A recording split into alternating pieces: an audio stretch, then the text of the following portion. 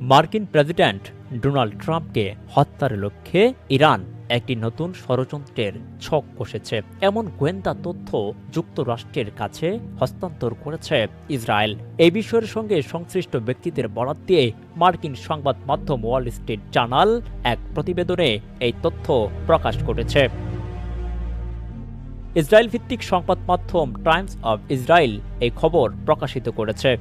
প্রতিবেদনে বলা হয়, 2020 সালে যুক্তরাষ্ট্রের হামলায় ইরানের ইসলামিক রেভলিউশনারি গার্ড কুরের আইআরজিসি কোদস ফোর্সের জেনারেল কাসেম সুলাইমানের নিহত হওয়ার পর থেকেই প্রকাশ্যে ট্রাম্পকে হত্যার অঙ্গীকার করে আসছে ইরান।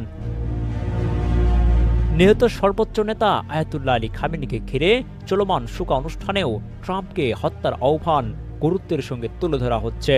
তবে এই গোয়েন্দা তথ্যটি ঠিক কবে বা কোন মাধ্যমে যুক্তরাষ্ট্রের কাছে পাঠানো হয়েছে তা ওয়াল স্ট্রিট জার্নালের প্রতিবেদন থেকে পরিষ্কার জানা যায়নি।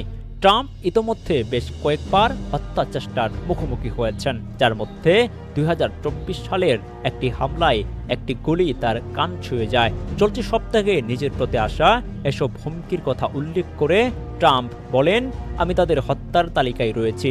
আজ সকালেও দেখলাম যে আমি তাদের প্রত্যেকটি তালিকায় আছি।